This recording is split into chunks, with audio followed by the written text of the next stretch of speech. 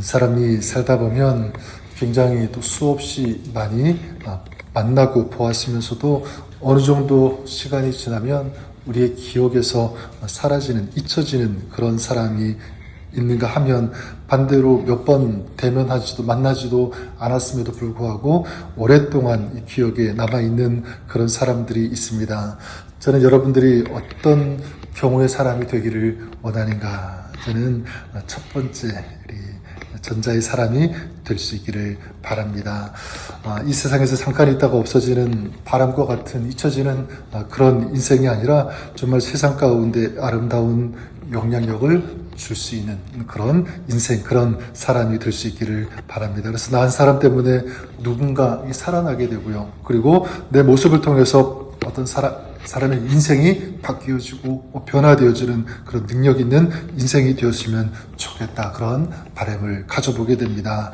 저는 그런 의미에서 여러분들에게 이런 도전을 드리고 싶어요. 왜냐하면 영적으로도 작은 사람이 아니라 큰 그런 사람이 되었으면 좋겠다라는 그것입니다. 그래서 마태복음 11장 1절에 보면 이런 말씀이 있습니다. 예수님께서 세례 요한을 향해서 뭐라고 말씀하냐면 내가 너희에게 말하노니 여자가 낳은 자 중에 세례 요한보다 큰 이가 없다라고 하는 그 말씀. 여자가 낳은 자 중에서 가장 큰 자, 영적으로 큰 자겠죠. 그리고 영향력을 끼치는 사람, 그런 사람. 저는 여러분들이 이런 사람이 될 수 있기를 바랍니다. 주님으로부터 참으로 큰 사람이다라고 그렇게 인정받고 칭찬받을 수 있는 여러분, 우리가 될 수 있기를 바랍니다. 사실 예수님의 이 공생애가 시작될 때 최고의 인기를 누리고 있었던 사람 누구냐면 오늘 본문에 나오는 세례 요한이 바로 그 사람입니다. 요한복음 그 1장에 보면 유대인들이 제사장들과 레위인들을 요한에게 보내서 네가 누구냐라고 물을 때 세례 요한이 뭐라고 얘기하냐면 나는 그리스도가 아니다 라고 얘기합니다. 거꾸로 얘기하면 무슨 의미냐면 사람들이 그만큼 세례 요한을 볼 때 혹시 그리스도가 아니겠느냐 그런 생각을 가지고 있었다는 사실입니다. 그래서 유대인들이 계속해서 그러면 엘리야냐 선지자냐 물어보게 되는데 그만큼 이 세례 요한은 엘리야라고 불려질 정도로 그렇게 인기가 있었던 많은 사람들이 그렇게 알고 있는 그런 사람이라고 할 수 있습니다. 자, 그런데 성경은 이 세례 요한을 뭐라고 얘기하냐면 3절에 나오는 것처럼 광야에 외치는 자의 소리라고 얘기하죠. 요한복음에서 직접 이 세례 요한이 나는 광야에서 외치는 자의 소리다 이렇게 스스로 외치기도 합니다. 여러분, 소리가 어떤 특징이 있는지를 알면 요한이 이렇게 얘기하는 것이 잘 이해가 되지 않아요. 소리는 눈에 보이지 않습니다. 또 소리는 어떤 형상이나 색깔이 있는 것도 아니죠. 한 번도 이 색깔이나 모양을 가져본 적이 없는 것이 소리. 또 소리는 한 번 들렸다가 그냥 사라지는 것이 소리 아니겠습니까? 요즘에야 녹음하면서 가지고 또 듣고 들을 수 있지만 당시에는 이런 한 번 소리 꺼내면 그냥 잊혀지는 것이 사라지는 것이 소리 아니겠습니까? 거기다가 요한은 지금 광야의 소리라고 얘기하고 있습니다. 사람들은 자기를 알아주지 않는 곳에 가지 않습니다. 정치인들도 보면 사막에서 유세를 하라고 한다면 아무도 하지 않겠죠. 광야에서 아무리 외친다고 한들 의미 없는, 영향이 없는 그런 것이 이 소리일 것입니다. 자, 그러면 세례 요한이 이렇게 자기 자신을 광야에 외치는 자의 소리 이렇게 얘기했는데 그러면 세례 요한은 정말 그렇게 무의미한가, 무가치한가? 그런 인생이 절대로 아닙니다. 어떻게 알 수 있냐면 1절과 2절에 보면 세례 요한은 유대 광야에서 회개하라 천국이 가까웠느니라 라고 하는 이 메시지를 선포하죠. 그때 어떤 일이 벌어지게 되냐면 뒤에 나오는 5절에 보면 예루살렘과 온 유대 그리고 요단강 사방에서 사람들이 그에게 몰려오게 됩니다.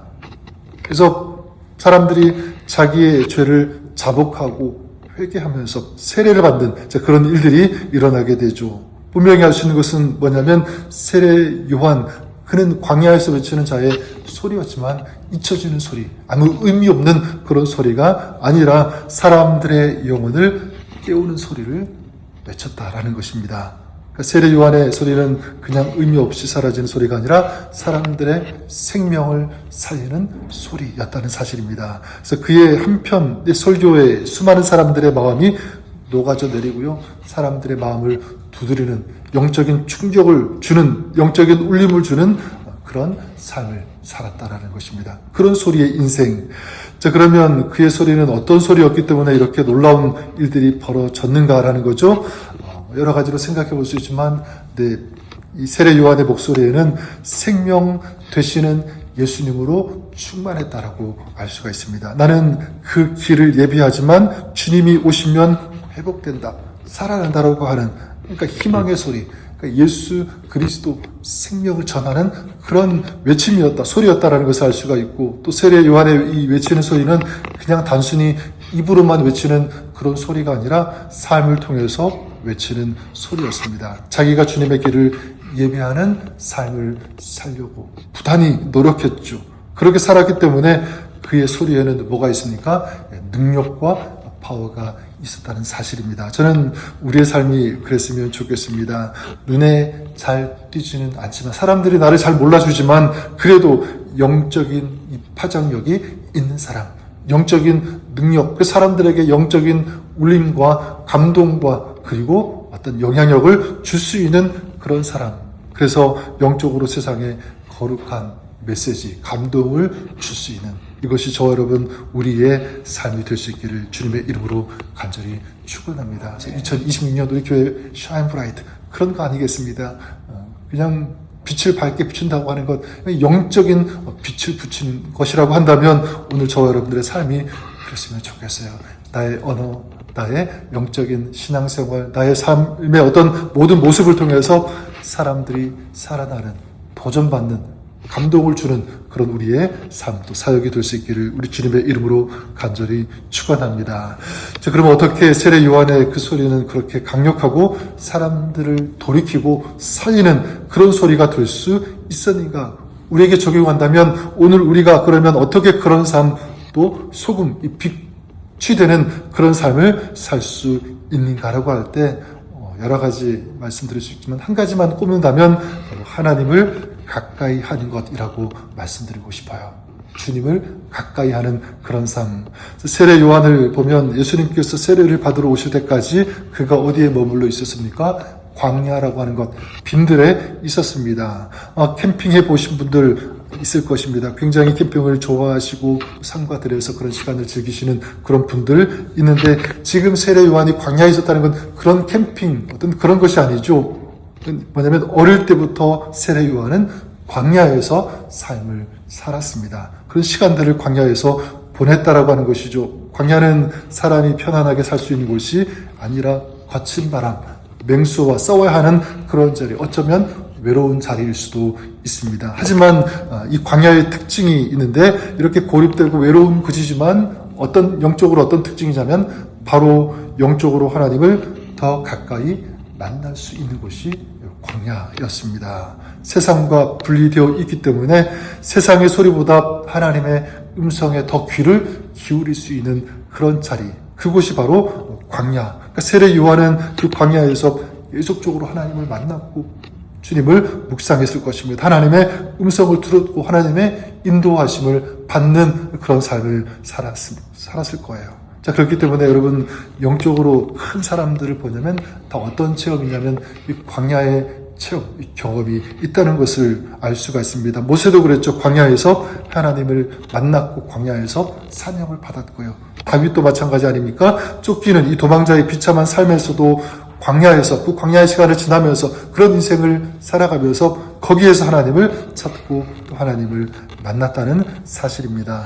저는 그런 의미에서 우리의 인생에도 광야가 있다는 것은요, 이거는 비극이 아니라 어쩌면 영적인 축복이 아닐까, 그런 생각을 해보게 됩니다. 여러분, 오늘 우리의 삶 가운데 저는 모든 부분 속에서 이 광야의 시간이 있기를 바랍니다. 또 광야라는 그런 장소가 있었으면 좋겠어요. 어떤 형편 가운데 있든지 예배할 수 있는, 기도할 수 있는, 주님을 만날 주님을 묵상하고 또 주님 앞에 설 수 있는 그런 자리, 그런 시간이 있다면 그 사람은요, 정말 능력 있는 승리의 사람, 오늘 세례 요한을 향해서 그랬던 것처럼 영적으로 저는 큰 사람이 될 수 있음을 믿습니다.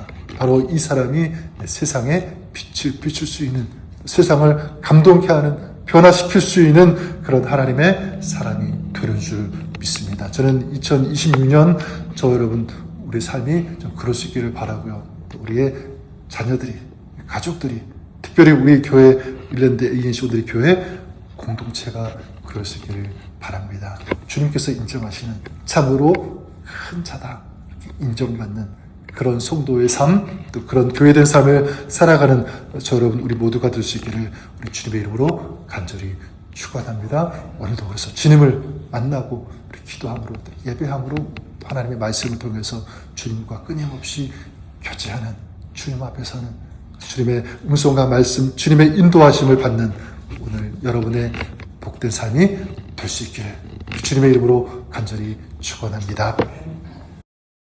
하나님 아버지, 주님께서 우리를 보실 때 네가 참으로 큰 자다라고 인정받을 수 있는, 그렇게 칭찬받을 수 있는 저희들의 신앙, 저희들의 교회가 되기를 간절히 소망합니다. 하나님, 우리 인생에서 광야가 있지만 거기에서 하나님을 만나고 주님의 음성을 듣고 주님의 인도하심을 받는다면 그 어떤 곳이든지 그곳이 바로 영광된 자리, 기쁨의 자리, 승리의 자리가 됨을 믿습니다. 하나님, 그런 의미에서 오늘도 주님을 만남으로, 교제함으로 또 주님의 말씀을 가지고 하루를 시작하게 할 수 있게 하시니 감사를 드립니다. 오늘도 우리 삶 가운데 주님께서 주가 되어 주셔서 우리를 인도해 주시고 또 우리와 함께 하시며 또 하나님의 크신 은혜와 은총 가운데 살아가는 복된 삶 되게 하여 주옵소서.